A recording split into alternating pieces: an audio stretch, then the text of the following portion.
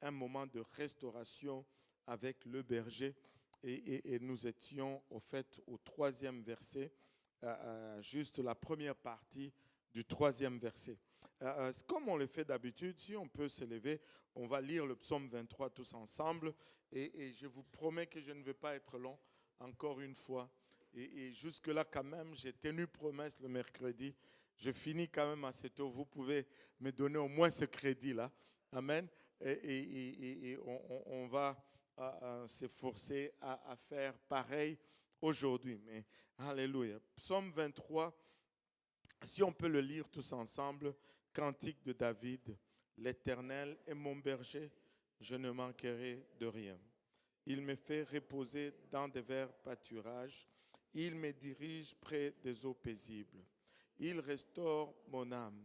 Il me conduit dans le sentier de la justice à cause de son nom. Quand je marche dans la vallée de l'ombre de la mort, je ne crains aucun mal, car tu es avec moi. Ta houlette et ton bâton me rassurent. Tu dresses devant moi une table en face de mes adversaires. Tu oins d'huile ma tête et ma coupe déborde. Oui, le bonheur et la grâce m'accompagneront tous les jours de ma vie et j'habiterai dans la maison de l'Éternel jusqu'à la fin de mes jours. Alléluia. Jusqu'à la fin de mes jours. Alléluia.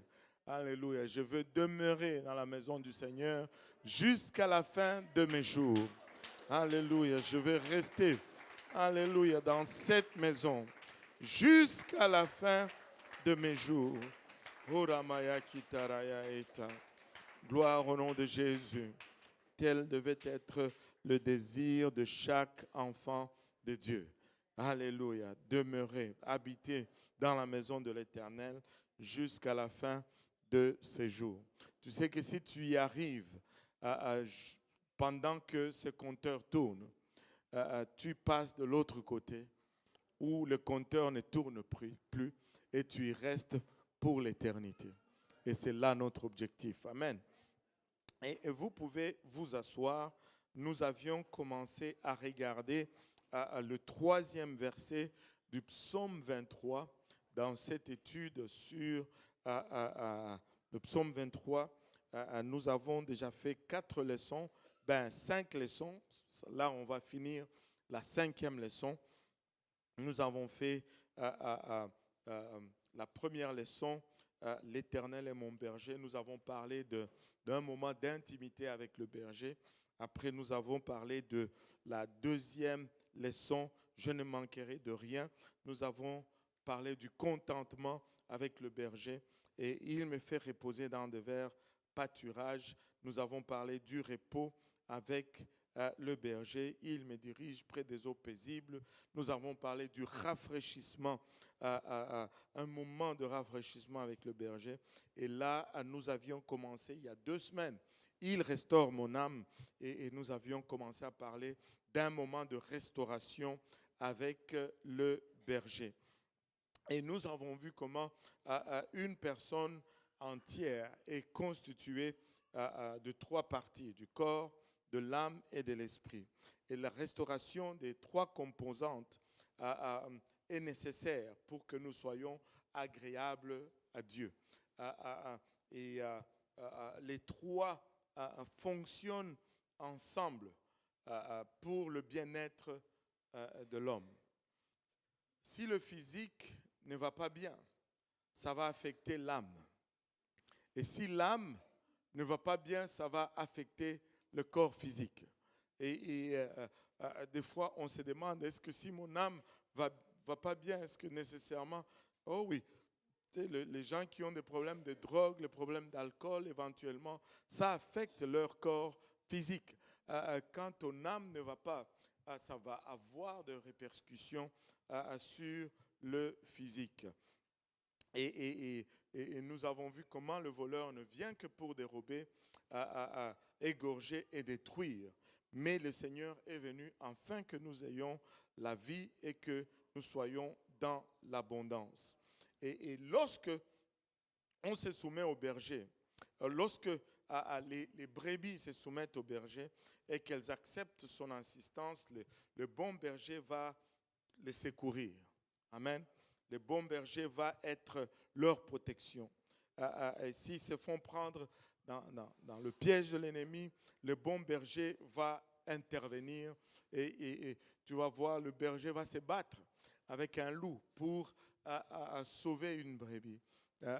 David, qui est vraiment un type du Seigneur Jésus-Christ, qui est un type du berger par excellence, raconte comment lorsque le lion est venu prendre une de ses brebis, il s'est levé, il a frappé le lion et il a frappé l'ours et il a arraché la brebis de la bouche du lion. Et lorsque le lion s'est levé pour l'attaquer, et quand un berger va à ta défense, tu sais quoi, l'ennemi duquel le berger t'a défendu, mais ça me prend maintenant au berger. Et il dit, lorsque le lion se lève pour m'attaquer, je le frappe et je le tue. Et le berger veille sur ses brebis. Et tu sais, nous pouvons identifier plusieurs façons, quelques façons, je dirais, très claires, comment le Seigneur restaure ses brebis. Regardez avec moi, je fais juste une récapitulatif un peu rapide de la première partie. Matthieu 9, 12, c'est que Jésus ayant entendu, il dit, ce ne sont pas ceux qui se portent bien qui ont besoin de médecins, mais les malades. Tu sais, nous sommes là parce que nous avons besoin de Dieu. Nous sommes là parce que nous avons besoin que notre berger restaure nos âmes. Aujourd'hui, je suis arrivé ici, j'ai eu une conversation, comme je l'ai mentionné déjà, j'ai fait peut-être 35 minutes là à la porte avec une sœur qui est là à l'église, ça fait longtemps. J'ai trouvé cette sœur à l'église, elle est dans le service anglophone. J'ai trouvé cette sœur à l'église, mais c'est la première fois qu'on avait vraiment une telle conversation si profonde. Tu sais, je l'ai toujours vu comment elle marche, toujours stable dans le Seigneur. Elle ne vacille ni à gauche ni à droite. Beaucoup sont partis, qui étaient là avec elle en même temps. Beaucoup d'autres sont venus et sont partis, mais elle est toujours là. Et elle est toujours là, fidèle. Elle n'a pas une position de leadership, mais elle est toujours là, elle fait ce que Dieu l'appelle à faire. Et elle est toujours dans l'arrière-plan, mais tu ne vois pas sa consécration vaciller, tu ne vois pas sa fidélité vaciller. Et on a parlé pendant longtemps. Elle me dit, je ne comprends pas. Elle me dit, tu sais, personne ne va continuellement arriver en retard au travail. Mais on va continuellement arriver à l'église. Mais le problème, c'est qu'on n'a pas établi proprement à qui on rend compte. On rend compte pas au pasteur, mais à Dieu. Et là, on a parlé de beaucoup de choses, de comment, oh Seigneur, je peux prêcher juste de la conversation qu'on a eue. Et tu sais comment il ne faut pas baisser la garde. Il faut en tout le temps être nourri, en tout le temps être connecté. Et anyway, là, je risque d'être long en commençant comme ça. Oh Seigneur Jésus, reviens dans les notes. Vous savez, lorsque nous servons Dieu, il y a des choses qui vont venir nous affecter. Mais le Seigneur nous restaure dans la joie de le servir. Nous avions vu il y a 2 semaines comment il y a des situations qui vont nous laisser avec un sentiment d'avoir été exploité ou abusé ou utilisé ou abandonné ou négligé ou même brisé.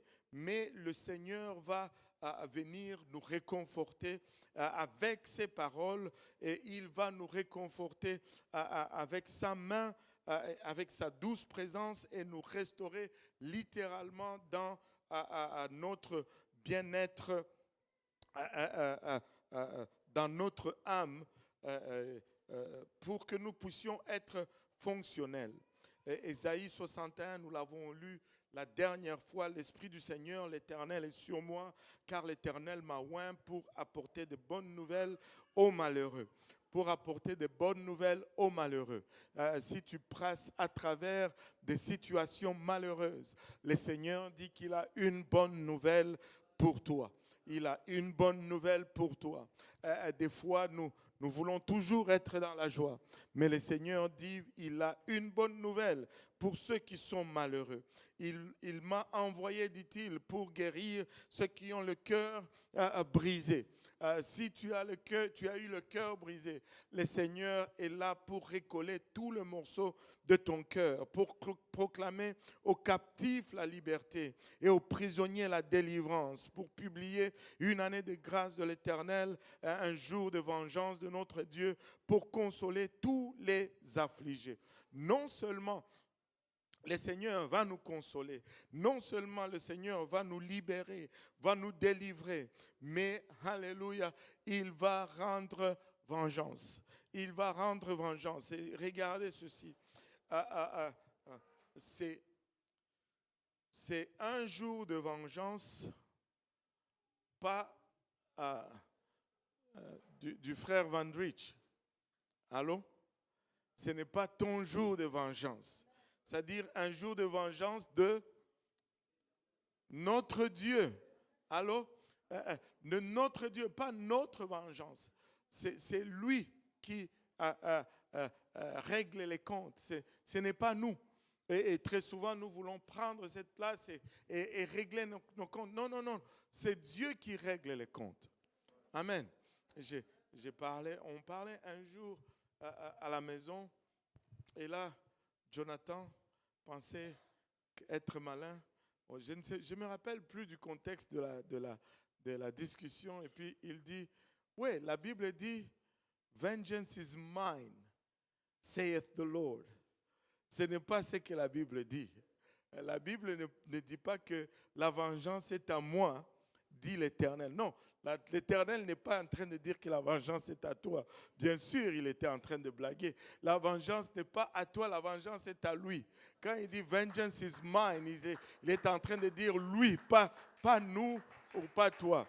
Si nous laissons le soin au Seigneur de régler, ça va aller toujours mieux.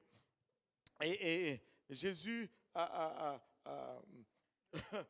identifié, Jésus nous dit expressement qu'il vient pour vraiment nous réconforter, pour restaurer nos âmes, pour nous rétablir dans le bon fonctionnement. Et à moins que la brebis n'ait un handicap quelconque, ça c'est peut-être controverse, mais si vous êtes berger, vous allez comprendre ceci. Et ce n'est pas un hasard que la Bible utilise la brebis pour exemplifier le chrétien ou les enfants de Dieu. Parce que nous sommes vraiment comme des brebis. Il dit, à moins que la brebis n'ait un handicap quelconque, à moins qu'elle ait un problème, elle ne va pas suivre la voie de celui qui n'est pas son berger. Quand une brebis suit la voie de celui qui n'est pas son berger, elle a un problème. Elle a un problème. Une brebis ne va jamais répondre à une voix étrangère. Le Seigneur dit, mes brebis connaissent ma voix. Mes brebis connaissent ma voix. Une brebis va suivre la voix de son maître. Et quand le chrétien s'égare de sa bergerie, que ce soit parce que elle a échoué quand un chrétien ou une brebis s'égare de sa bergerie, que ce soit parce qu'il a échoué de suivre de près ou qu'il a connu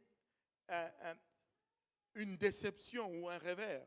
Parce que des fois, on va dévier parce qu'on est déçu. Mais des fois, on va dévier parce qu'on a juste échoué de suivre. Amen. Et tu sais,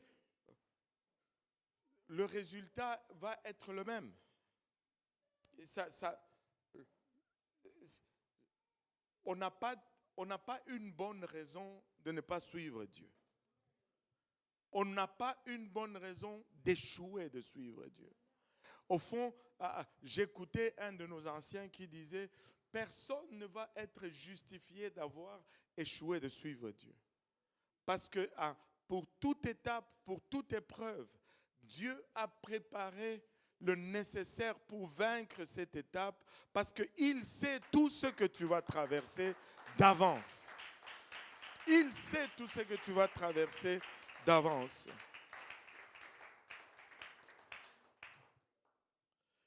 Et tu sais, des fois, on va arriver à cette place et on se dit, je n'aurais jamais cru me retrouver dans cette situation. Qui a déjà dit cela? Je n'aurais jamais pensé que ceci m'arriverait. Je n'aurais jamais m'imaginé là où je suis aujourd'hui. Mais vous savez quoi? Lorsque on revient à soi-même, lorsque une brebis revient à cela, elle doit être restaurée. Elle doit être réclamée. Elle doit être secourue de la destruction. Parce que le premier pas, vraiment, pour commencer la restauration, c'est lorsque on revient à soi-même. Et dans cette restauration, il va toujours y avoir deux choses. Et très souvent, les hommes, on n'aime pas, on va aimer une de ces choses, on ne va pas aimer l'autre. Dans une restauration, il doit y avoir toujours un châtiment. S'il n'y a pas de châtiment, il n'y a pas de restauration. Allô? Non, vous n'êtes plus avec moi là. Tu sais, il doit toujours y avoir un châtiment et qui doit être accompagné de réjouissance et de douceur. Allô? Mais on ne peut pas avoir juste la réjouissance. On a cette idée tordue que quelqu'un qui était perdu, qui revient, on doit juste se réjouir, mais on ne doit pas châtier. Ça, ce n'est pas la bonne restauration. Une bonne restauration va toujours avoir et le châtiment et la réjouissance. Alléluia. Alléluia. Vous n'êtes pas d'accord tous avec cela, mais c'est quand même correct. Et une voix...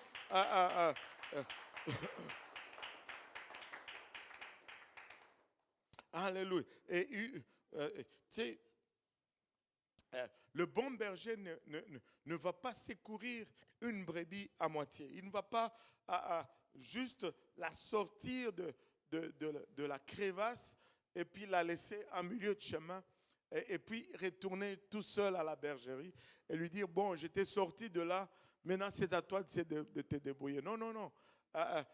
C'est une brebis qui est secourue est ramenée dans la bergerie. Amen. On la ramène dans la bergerie. On ne la laisse pas dehors. On l'amène dans la bergerie. Nous avons souvent cette tendance de penser que parce que nous sommes dans la bergerie, nous n'allons pas avoir besoin de restauration. Nous allons être toujours corrects. Laissez-moi vous dire ceci. S'il y avait quelqu'un qui était vraiment dans la bergerie, c'est David. Mais c'est lui qui a écrit « Il restaure mon âme ». Ce n'est pas parce qu'on est dans la maison de Dieu que tout va bien. Ce n'est pas parce que c'est là, qu'on est dans la maison de Dieu que rien ne va nous arriver. Et peut-être que même que lorsqu'on est dans la maison de Dieu et qu'on est vraiment sérieux et impliqué dans l'œuvre de Dieu, c'est là que nous devenons une cible préférée de l'ennemi. C'est là où les flèches sont lancées de notre côté. Et des fois, nous allons échapper certaines flèches, mais malheureusement, le fait est qu'il y a certaines flèches qui atteignent leur cible. Allô? Il y a certaines flèches qui vont atteindre leur cible. On n'a pas la garantie d'être tout simplement sous le cruise control et jusqu'au ciel. Non, il y a des batailles, il y a des douleurs, il y a des déceptions, mais il y a aussi des victoires, il y a des gains que nous faisons aussi. Mais c'est David qui a écrit « Il restaure mon âme ». David était très familier. Tu sais, il a vécu l'amertume. Il a vécu le désespoir. Il a vécu la faiblesse. Il y a des moments dans la vie de David où tu le vois, il est littéralement faible.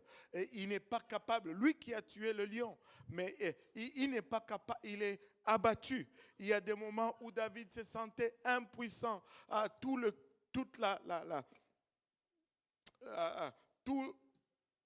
Toute sa suite est prise à Tsiklag.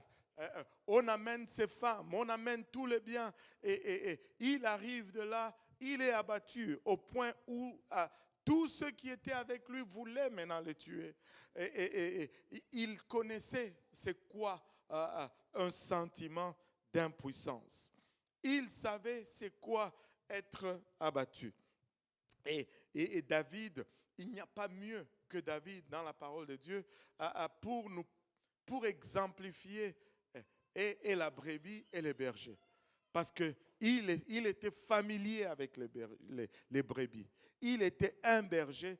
Il a dévoué toute sa jeunesse à être berger. Il connaissait les brebis. Il connaissait la valeur d'une brebis. Et c'est pourquoi, même pour le ramener à la raison, le Seigneur a utilisé une histoire d'une brebis. Nathan qui vient le voir après qu'il ait péché avec Bathsheba, qui lui dit, il y avait un homme riche qui avait plusieurs brebis. Mais quand il a eu des visiteurs, il est allé prendre la brebis de son voisin, qui en avait juste une. Il a égorgé, il a donné à ses visiteurs. David qui savait c'est quoi être un berger, c'est quoi le lien qui se tisse entre un berger et sa brebis, était scandalisé. Il se lève et il dit, cet homme doit mourir. C'est la sentence qu'il a donnée. Et ça démontre tout simplement la profondeur de la connaissance qu'il avait d'une relation entre un berger et sa brebis. Et Nathan pointa le doigt dans son visage, lui disant, cet homme, c'est toi. Et tout de suite, il a demandé pardon. C'est David qui a écrit dans le livre de Psaumes, le psaume 42, le 12e verset, psaume 42, verset 12. Il nous dit,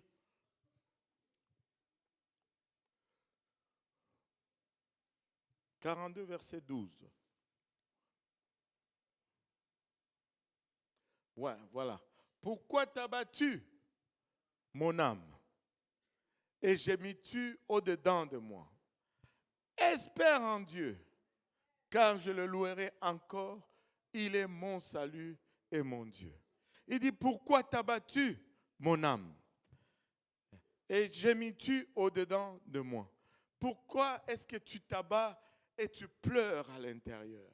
Pourquoi est-ce que tu es à terre et tu es désespéré? L'espoir doit être placé seulement en Dieu. Jésus. David dit, espère en l'Éternel, espère en Dieu. Maintenant, nous devons juste faire une pause ici et regarder un peu le sens du mot abattu ici. Pourquoi t'as battu, ô mon âme? Dans le contexte que David l'utilise, ça fait référence vraiment à un berger à une brebis qui tombe mais qui se retrouve sur son dos. C'est ça l'abattement dont David fait face ici. Et il y a vraiment un parallèle direct entre l'âme abattue et une brebis qui est sur le dos. Avez-vous déjà pensé à une brebis qui se retrouve sur le dos? Moi, je n'y ai jamais pensé jusqu'à hier. Ça ne me disait absolument rien. Et littéralement, c'est seulement ceux qui sont familiers avec les brebis ou le mouton, ils n'auront même pas besoin d'explication pour comprendre ceci. Mais on va regarder les explications. Une brebis sur son dos, premièrement, elle va faire extrêmement pitié. Une brebis sur son dos n'est pas capable de se relever par elle-même. Moi, je ne le savais pas. Alors, quand il dit « Mon âme, pourquoi es-tu abattu ?» Il est en train de dire « Mon âme, pourquoi tu te retrouves sur ton dos? Pourquoi est-ce que tu pleures à l'intérieur de moi ?» Une brebis qui est sur le dos, elle va être effrayée. Et elle va se débattre frénétiquement au début. Elle ne va pas vraiment arriver à se relever tout seul. Et si le berger ne la trouve pas dans un temps raisonnable, elle va mourir dans cette position. Mais n'êtes-vous pas content que nous avons un berger qui veille sur nous constamment? N'êtes-vous pas content de savoir que notre berger, alléluia, veille sur ses brebis constamment? Il nous compte constamment. Il nous regarde constamment pour voir dans quelle position nous sommes. Vous savez, montre-moi un peu cette première vidéo. Montre juste le début parce que à la fin, le monsieur, il dit un peu des choses qu'on n'a pas envie d'entendre. Amen. Mais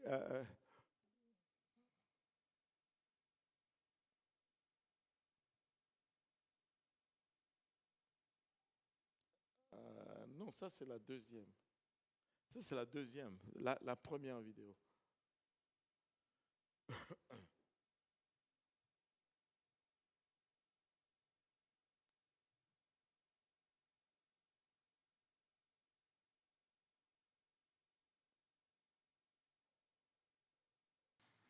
Oh boy.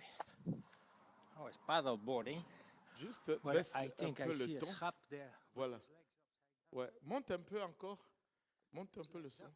Il dit, je vois, I've got to go save him. je dois aller le Or he will sauver. die. Sinon, il va mourir. So, look, Là, he can't get up no more. il ne peut pas se relever. Il a des souliers particuliers. Hey, what are you doing there? Et bon, baisse What le are son. you doing there? You stuck there? Qu'est-ce qui est? Il est pris là. Il ne va pas se relever. Et il s'est débattu tellement qu'il a fait même caca partout sur place. C'est désespéré. Et il va se débattre. Parce que il faut qu'on le pousse pour qu'il se relève.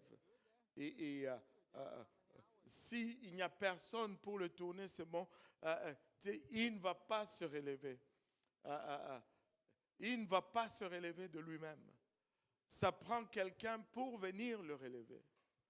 Au fond, le dos du mouton est tellement plat que lorsqu'il se met sur son dos, il ne va pas arriver à revenir sur le côté. Ça prend le berger pour le remettre sur le côté. Dès que ses pattes ne touchent plus la terre, il est foutu. Il est foutu. Ça prend quelqu'un pour le relever. Ça prend le berger pour le relever. Au fond, il y a un berger qui a dit ceci, qu'une brebis grasse et bien couverte de laine, elle va s'asseoir. Là, vous vous demandez, mais comment est-ce qu'ils arrivent dans cette position? Elle va trouver une place où c'est pas complètement plat, mais c'est assez plat pour mettre son ventre. Elle va s'asseoir, c'est juste une bonne courbe pour mettre son ventre. Elle va s'asseoir là, mais elle va tellement être à l'aise qu'elle va vouloir s'accoter pour être encore plus à l'aise. Mais quand elle s'accote comme ça, ben, elle va commencer à partir. Et parce qu'elle cherche juste à être à l'aise. Elle cherche juste des choses, une position confortable. Et en cherchant cette position confortable, ben, elle va se retrouver sur le côté.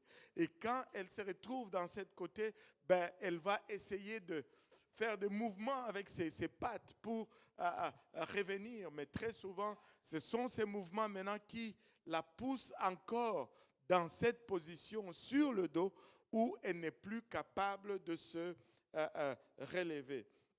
Elle va rouler sur le côté et elle sent la sécurité, elle se sent à l'aise, mais boum, sa gravité change et se déplace et elle se retrouve les quatre pattes qui ne touchent plus à terre, elle est prise dans cette position.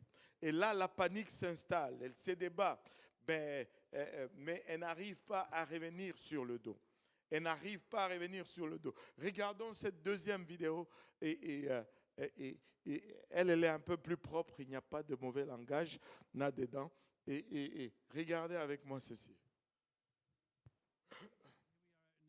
Là, il est là, ça fait un bon bout. Là. We got a sheep who's gone over on her back. N'est-ce pas que ça fait pitié? No, she's not able to get up. She's got herself into a situation where she's rode over on her back. And because her back's quite flat, it's not allowing her to be able to roll over. Now, if you see a sheep like this, help the sheep. Pull the sheep up because the sheep will eventually die. The gases will build up and they will eventually have a heart attack. So you have to approach the sheep carefully. It's not going to hurt you. And if you grab hold of its hoof, one of its legs, give it a pull, and pull it over, like I've done. Oh. Et regardez son No. état. Now it's back over. You can see how flat its back is, and that's the problem with sheep, especially ones that are like this, a little bit, probably a little bit too much weight on. Now, it's going to get back up. It's going to be a bit wobbly. It's been down for a little while, so it's going to work its way back up. It's going to just settle itself, and there we have it.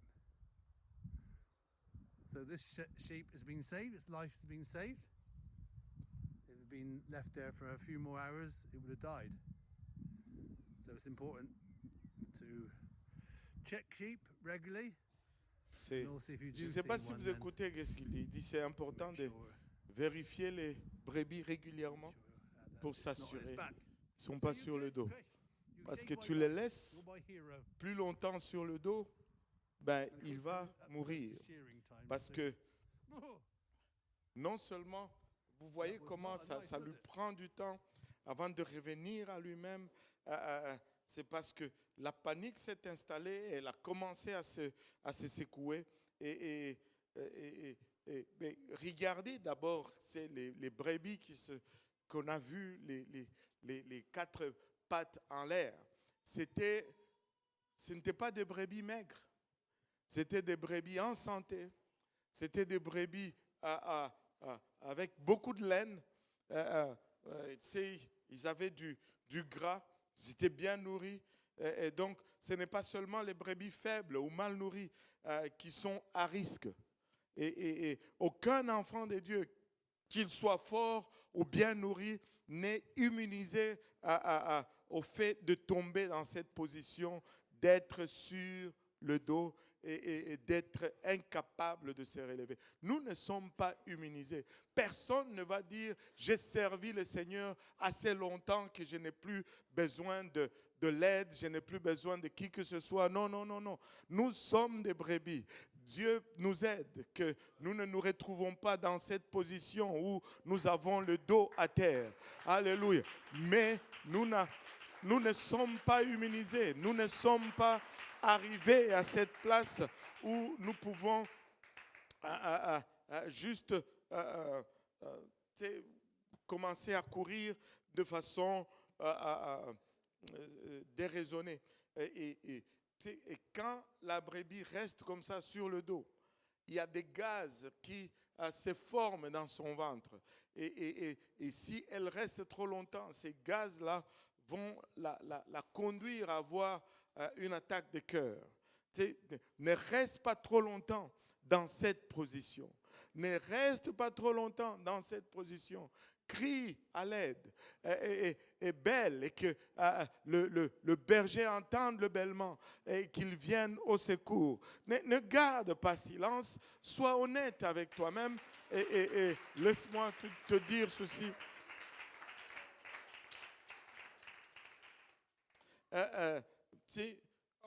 Je connais un chrétien. Il n'a pas un regard très élevé de lui-même. Il pense que il est le pire de tous les chrétiens. Je connais cet homme-là, très personnellement. Mais laissez-moi vous dire, je n'ai pas vu un chrétien aussi sincère que cet homme-là. Quand il ne va pas bien, il dit, oh boy, que je ne vais pas bien. Voici, depuis tel jour, je n'ai pas prié, depuis je n'ai pas lu ma Bible. Il va te dire, il va te dire que mon regard erre. Et laissez-moi vous dire, et il n'y a pas un homme ou un chrétien dans lequel j'ai vu la main de Dieu bouger avec autant de précision et d'assurance que dans la vie de cet homme-là. Et tu sais, il est clair, il dit où il se trouve. Et c'est tout. Et nous ne sommes pas immunisés au fait de tomber dans cette position.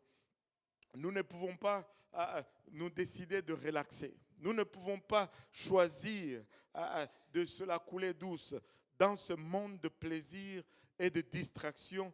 Alléluia. Nous ne pouvons pas négliger non plus les stratégies d'attaque de Satan.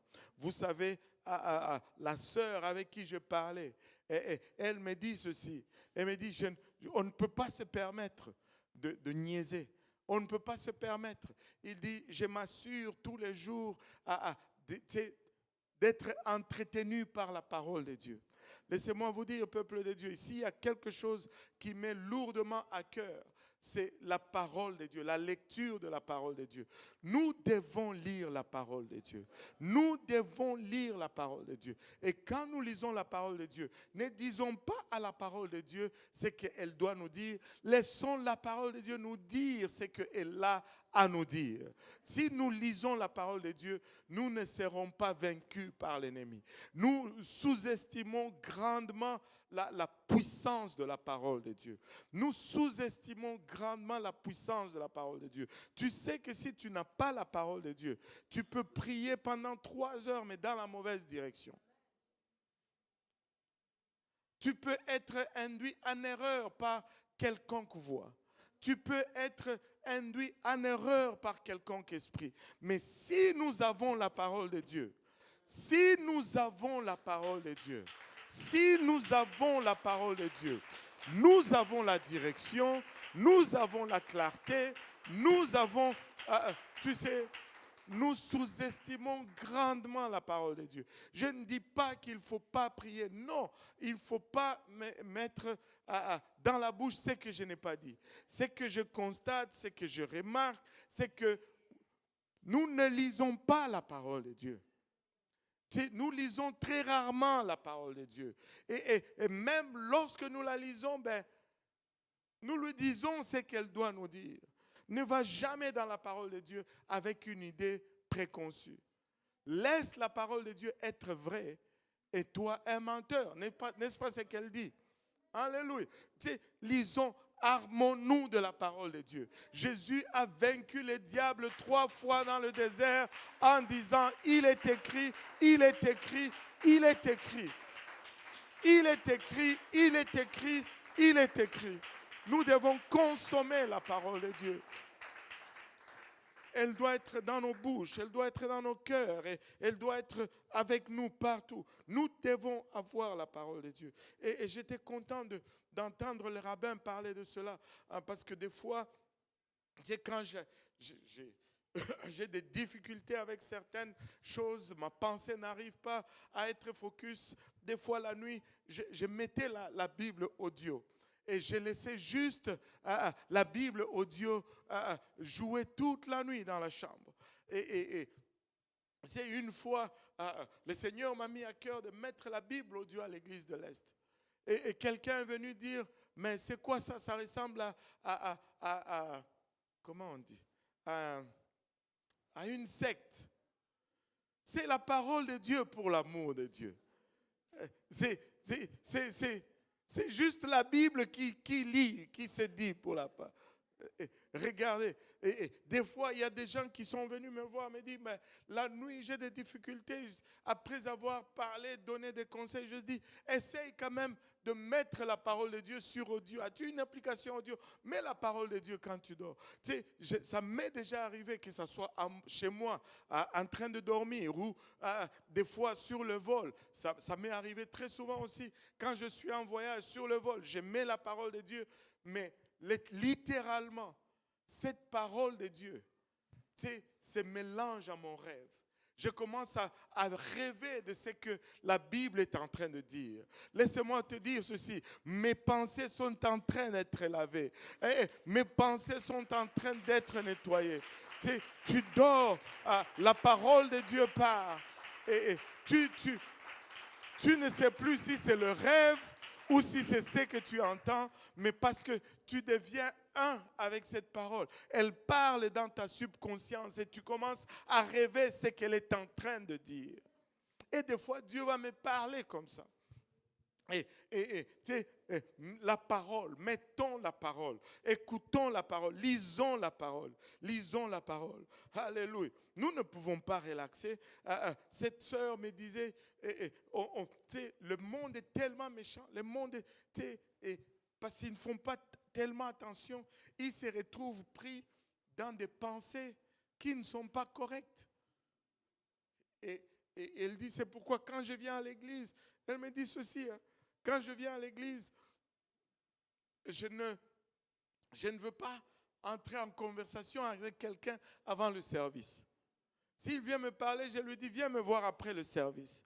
Je ne me suis pas levé, lavé, pris le métro, l'autobus pour venir ici pour parler avec quelqu'un. Je veux entendre de la part de Dieu. Je veux... Wow, j'étais comme...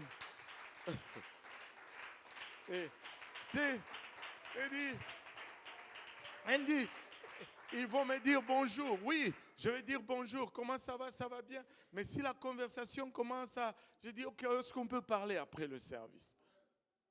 Alléluia. Est-ce qu'on peut parler après? Parce que là, j'ai d'abord un rendez-vous. Amen. Et je suis là pour cela. Elle m'a dit beaucoup d'autres choses.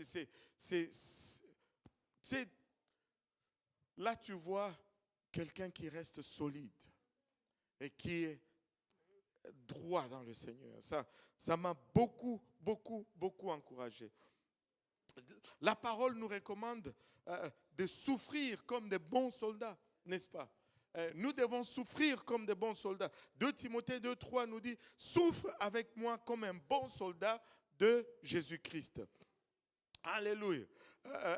Tu sais, cette brebis qui se retrouve sur le dos cherchait juste une place pour relaxer, une place pour être à l'aise. Et n'a pas voulu faire l'effort. Elle a probablement refusé, elle ne s'est pas disciplinée elle-même. Et elle a refusé également la discipline de son berger. Tu sais, il y a notre propre discipline. Tu dois avoir ta propre discipline. Mais il y a aussi la discipline du berger. Tu dois avoir la discipline du berger. Tu sais, elle cherche la facilité. Elle cherche une place pour relaxer. Ben, elle se retrouve à une place où elle a besoin d'aide. Mais regarde, comme nous l'avons vu dans les images, une fois qu'elle se relève, elle n'est pas capable de marcher tout de suite. Elle va tituber parce qu'il y a beaucoup de gaz en elle et elle va... Il y a de ces brebis que lorsqu'elles sont restées dans cette position pendant trop longtemps et qu'on la relève, elle va essayer de marcher, elle échoue. Elle essaie de marcher, elle échoue. Et elle peut arriver à une place où elle risque juste d'abandonner d'essayer. Elle abandonne d'essayer. Alléluia. Mais le Seigneur nous donne une autre discipline. Le Seigneur nous donne une autre discipline. Ésaïe 40, verset 31 nous dit, « Mais ceux qui se confient à l'Éternel renouvellent leur force. » Ceux qui se confient en l'Éternel renouvellent leur force. Ne te confie pas en toi-même, mais confie-toi plutôt en l'Éternel. Et il va renouveler tes forces. Tes forces vont être renouvelées. Tu marcheras encore. Ils prennent le vol comme les aigles. Ils courent et ne se lassent point. Ils marchent et ne se fatiguent point. Alléluia. Confie-toi en l'Éternel. Réessaye encore. Alléluia. Relève-toi. Dieu n'abandonne jamais quelqu'un qui s'essaye sincèrement et honnêtement. Dieu n'abandonne jamais celui qui produit un effort continu. Alléluia. Alléluia.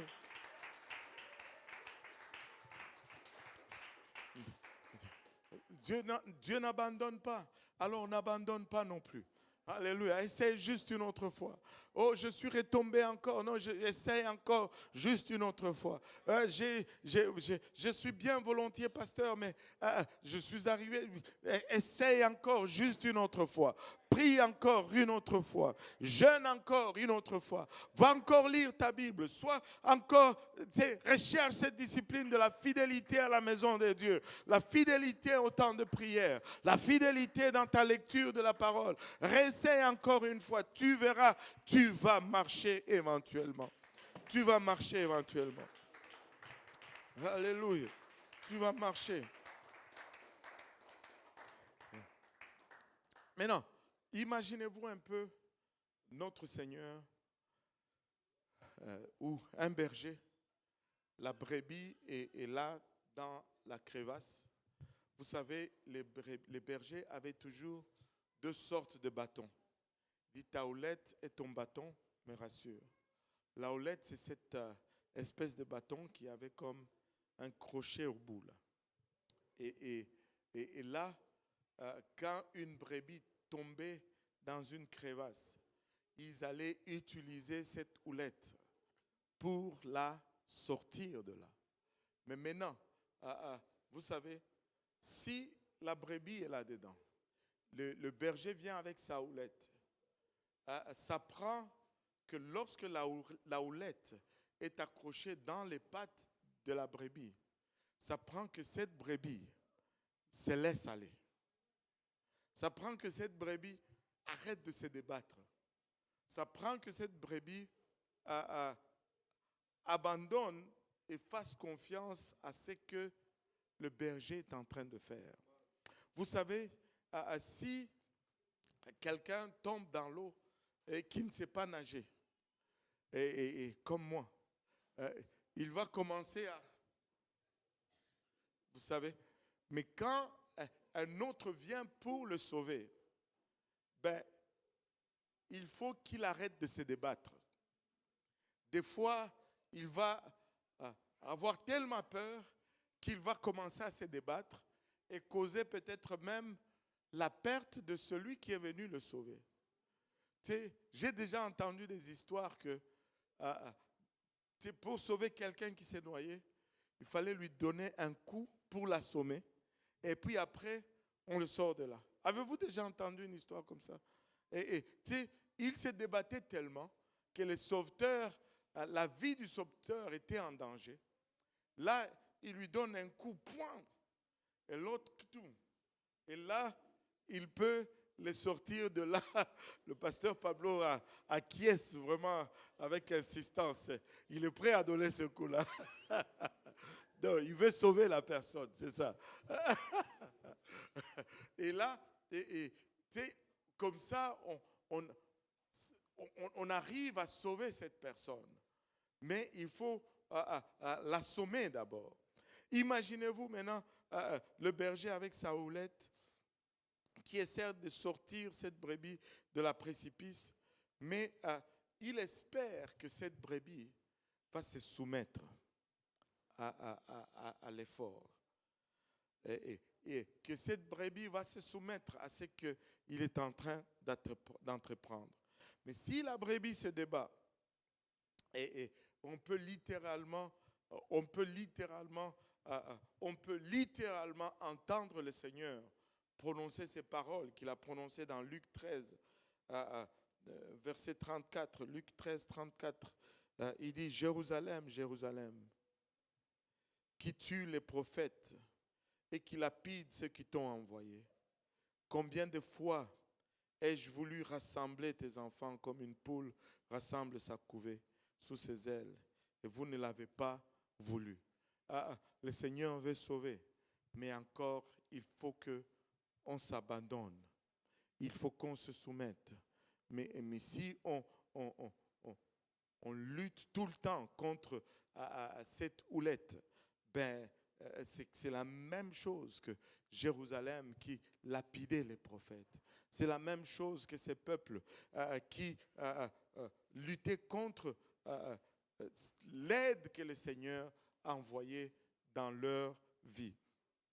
Alléluia. Que ceci ne soit pas ce qui nous définisse. Allô?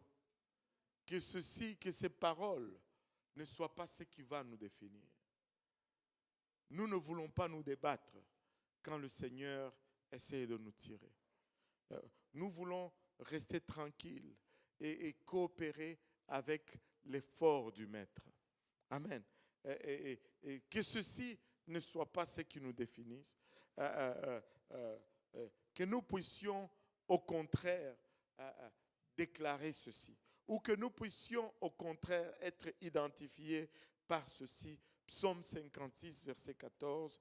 Car tu as délivré mon âme de la mort, tu as garanti mes pieds de la chute, afin que je marche devant Dieu à la lumière des vivants. Je veux être sauvé.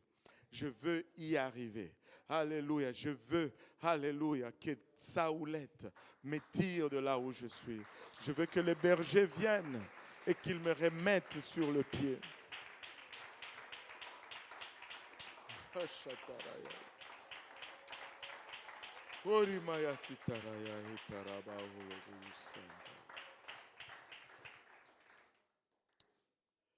C'est comme 1 Corinthiens 10, verset 12 nous dit.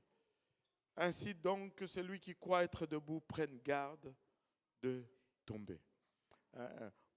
On veut rester debout. On ne veut pas tomber. Mais nous pouvons faire tout ce que tout ce qui est à notre pouvoir. Nous pouvons faire tout ce qui est à notre pouvoir. Mais savez-vous que des fois,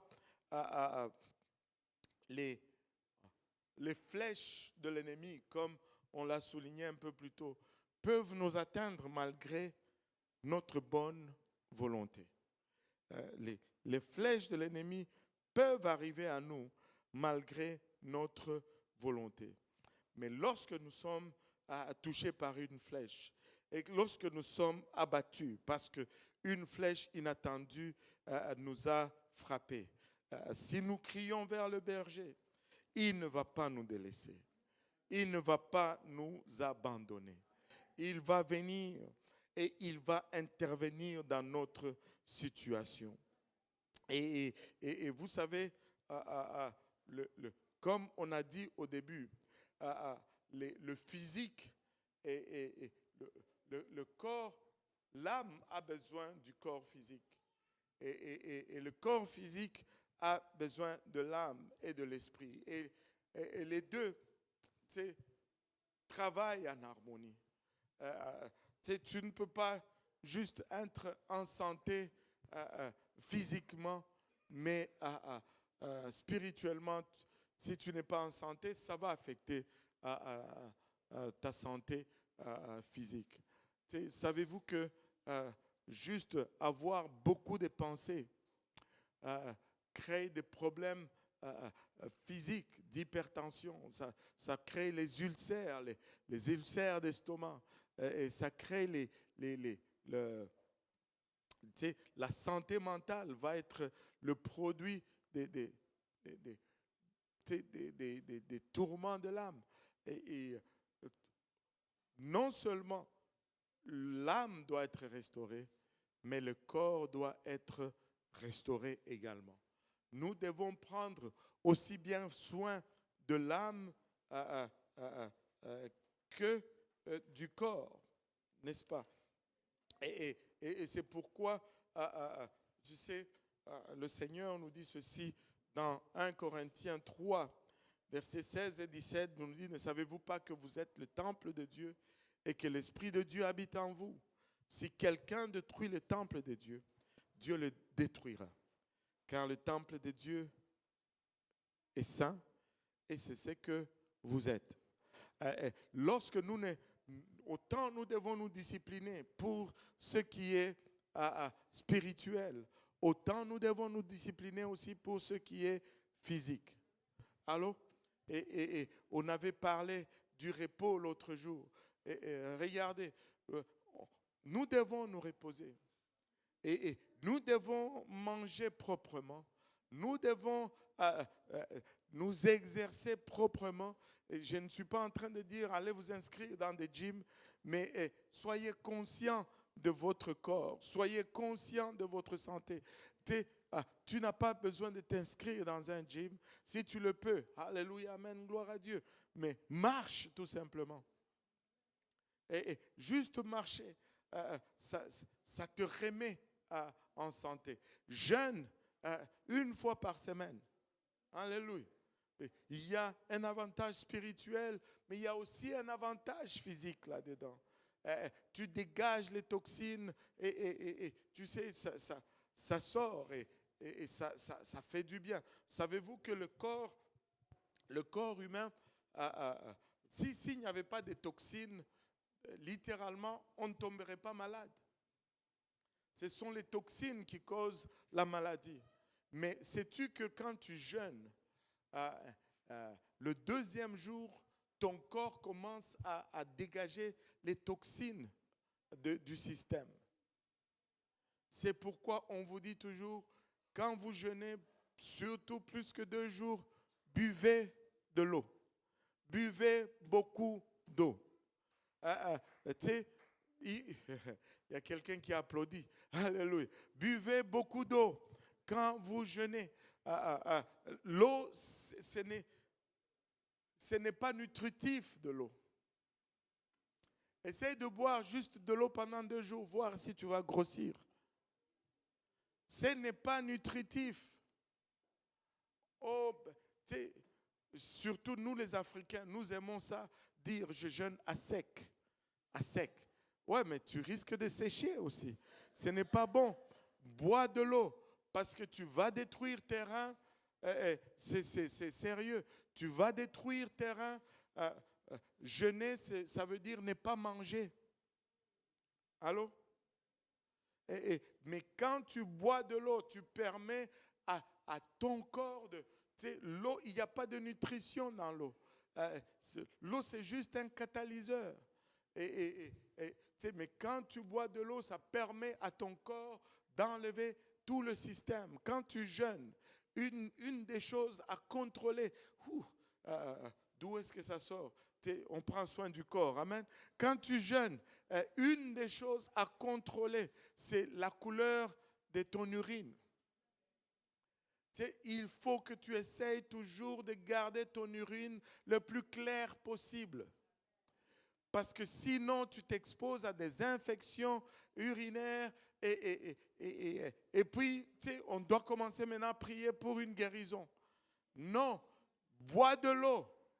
Bois de l'eau. Quand tu jeûnes, bois de l'eau. Bois de l'eau. C'est mieux quand tu jeûnes que tu ailles aux toilettes régulièrement pour uriner. Parce qu'après le deuxième jour, les toxines, ton corps commence à dégager de toxines. Et tes reins, plutôt ton sang, est chargé de beaucoup de toxines. Et la seule façon de filtrer ce sang, c'est par les reins. Et si les reins sont remplis, il commence à brûler. Il faut boire pour dégager toutes les toxines hors du corps. Donc, si le Seigneur dit, si quelqu'un détruit le temple de Dieu, Dieu le détruira aussi. Nous devons prendre, mon âme doit être restaurée, mais mon corps doit être restauré également. Parler en langue. Juste être dans un endroit tout seul, parler en langue, parler à Dieu, laissez votre esprit s'érafler. Avez-vous remarqué comment, lorsque tu pries régulièrement, tu es moins irritable? Mais lorsque ton niveau de prière baisse, tu deviens, alléluia, plus irritable. Certains d'entre nous, nous ne pouvons pas vivre un jour sans prier parce que on devient tellement désagréable.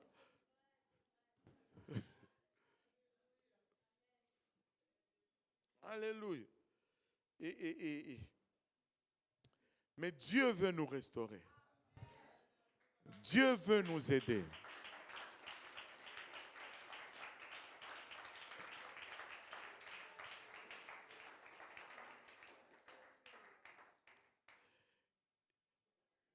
Dernier verset. J'ai dit, Dieu veut restaurer qui nous sommes. Que nous puissions être le meilleur qu'il a prévu que nous soyons. Même si nous avons failli, il est juste et fidèle pour nous pardonner et pour nous restaurer. Et tu sais, ne reste pas au lieu de ton échec. Lève-toi. Alléluia, continue de marcher. Si tu es sur ton dos et que tu n'arrives pas, crie au secours. Et le Seigneur va venir te pousser. Il va envoyer quelqu'un pour te pousser. Et tu sais, je rends grâce à Dieu. Il y a certaines filles dans l'église, chaque matin, 5 heures du matin, elles sont sur un appel avec la sœur Jolie en train de prier. Vous savez, ce genre de choses, c'est ce qui t'aide juste à revenir sur tes pattes. Peut-être que tu es sur ton dos en train de chercher à regagner ta vie de prière. Accroche-toi à un ancien. Dis, sois mon partenaire, j'ai besoin de me relever. Aide-moi un peu et j'ai besoin de me relever. Et boum, on rentre dans une meilleure routine et Dieu nous restaure. Et Dieu nous restaure. Et le psaume 51, le verset 11 et 12, David dit, si on peut s'élever pour la lecture de ce psaume.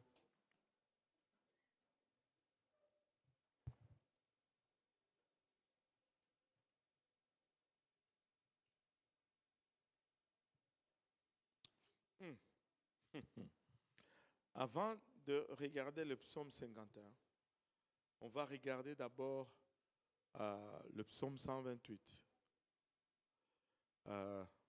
Vous savez,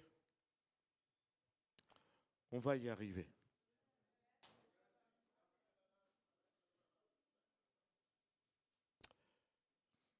Psaume 128, verset 6 nous dit ceci. Tu verras les fils de tes fils. Certes, peut-être le contexte est naturel, mais moi je vais l'appliquer dans le contexte spirituel. Et nous allons avoir des fils.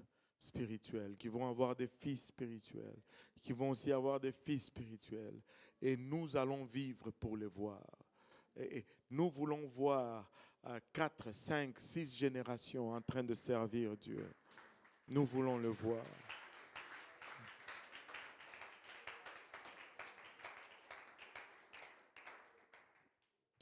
Et il dit que la paix soit sur Israël. Ça semblait anodin quand je le lisais, mais je crois que le Seigneur m'a mis quelque chose dans le cœur là-dessus. Il dit que la paix soit sur Israël. Il n'a pas dit que la paix soit sur Jacob. Il a dit que la paix soit sur Israël. Israël est l'épouse de Dieu. Israël, c'est son nom d'alliance avec ce peuple. Nous sommes l'épouse de Christ. Et comme Église, nous allons voir les fils de nos fils, de nos fils, de nos fils, et que nous puissions tout simplement garder sa paix. Amen. Et regardez le psaume 51, versets 11 et 12. Personne n'est à l'abri de l'échec. Amen. L'échec n'est pas le bon mot. Personne n'est à l'abri d'une faute. Parce qu'on ne veut pas échouer, on veut réussir. On peut se tromper, mais on veut réussir à la fin. Amen. Personne n'est à l'abri d'une faute. Mais Dieu nous dit ceci. Dans sa parole, 51, verset 11, il nous dit, ça c'est David qui plaide avec Dieu, détourne ton regard de mes péchés et efface toutes mes iniquités. Ô Dieu, crée en moi un cœur pur, renouvelle en moi un esprit bien disposé. Et regardez les choix de mots. David est en train de dire, je ne veux pas une rénovation. Je veux une démolition et une nouvelle construction. Des fois, nous voulons rénover, mais quand tu rénoves, il y a toujours les anciens défauts qui restent là. Il dit, crée en moi un cœur pur. Il n'a pas dit, répare les cœurs que j'ai. Il dit, crée. Et quand on crée, on part de rien et on vient à quelque chose de tout nouveau.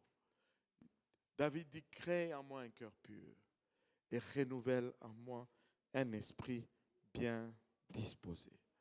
Renouvelle en moi un esprit bien disposé. Avez-vous remarqué qu'il n'a pas dit, crée en moi un nouveau esprit. Il a dit, renouvelle en moi un esprit bien disposé. Parce que lorsque Dieu te donne son esprit, il te le donne. Il ne vient pas demain parce que tu as péché, il te l'enlève. Non, non. Il dit, renouvelle en moi un esprit bien disposé. Alléluia. Alléluia. Et un moment de restauration avec le berger. Alléluia. Je désire que le Seigneur nous restaure dans la plénitude de nos capacités, dans la plénitude de tout ce qu'il a placé en nous. Nous voulons fonctionner pas à 30%, pas à 60%. Nous voulons fonctionner à 100% selon qu'il a planifié que nous puissions être utiles dans son royaume. Amen. En élevant nos voix vers le ciel, Seigneur, nous te sommes infiniment reconnaissants, Papa, de ton amour, de ta bonté, de ta fidélité. Seigneur, nous voici humblement devant toi, Papa. Nous voici, Papa, déclarant notre dépendance à ta présence, notre dépendance à ta parole, Seigneur, notre dépendance, Papa, à ta main agissant, Papa, parmi nous. Papa, nous voulons, Papa, être boiteux et nous appuyer, Papa, sur ta parole, Père, comme tu l'as fait avec Jacob, Seigneur, en le frappant à l'emboîture de la hanche. Papa, nous voulons dépendre de toi sur notre marche, Seigneur. Papa, viens restaurer, Papa, alléluia, nos âmes. Viens restaurer, Père, il abachata, notre esprit, viens restaurer, Papa, nos corps physiques, Seigneur. Papa, il abachata, s'il y a quelconque maladie parmi nous, je le réprime dans le nom de Jésus. Mais je prie au Père que tu nous accordes sagesse, Papa, afin que nous puissions marcher, Seigneur Jésus-Christ. Alléluia. Dans une discipline aussi bien, Papa, il abachata, spirituelle que physique, Seigneur, et que nous puissions être des vases, Papa, d'honneur qui vont être utilisés, Papa, pour l'avancement de ton royaume. Père, ne nous permets pas de gaspiller le potentiel que tu as placé en nous. Ne nous donne pas, Seigneur Jésus-Christ, il abachata, de gaspiller ce que tu as mis en chacun de nous, Seigneur. Papa, il abachata, lève au milieu de nous une génération, une autre à la suite, et une autre à la suite. Papa, une autre à la suite, et une autre à la suite. Père, une autre à la suite, et une autre à la suite, Papa, jusqu'à ce que tu reviennes, Seigneur. Himanaya itaraba oloboyo sanda. Hikatamanaya utaraba oloboyo sanda. Okorimaya itaraba oloboyo sanda. Hikataraya itaraba oloboyo sanda. Koriamaya itara keleya eta. Souffle sur nous, Papa. Iramaya eta. Souffle une fraîche brise, Papa.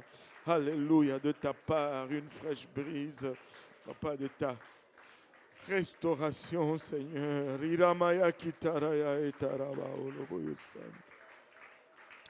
Iramaya itaraba oloboyosan daraba oloboyos. Keremaya itaraba oloboyoshita manaya eta. Korimaya eta. Korimaya ita. Au nom de Jésus. Au nom de Jésus. Au nom de Jésus. Au nom de Jésus, il abachata. Béni soit le nom de Jésus. Alléluia. Béni soit le nom de Jésus. Alléluia. Alléluia. Que le Seigneur restaure vos âmes. Que le Seigneur restaure, alléluia, votre santé physique. Alléluia. Que le Seigneur restaure. Alléluia. Certains d'entre nous passons à travers des stress qui ne sont pas causés par nous-mêmes, mais les circonstances nous placent dans que le Seigneur restaure. Amen. Alléluia. Gloire au nom de Jésus. Saluez votre voisin et souhaitez-lui la restauration. Alléluia. Et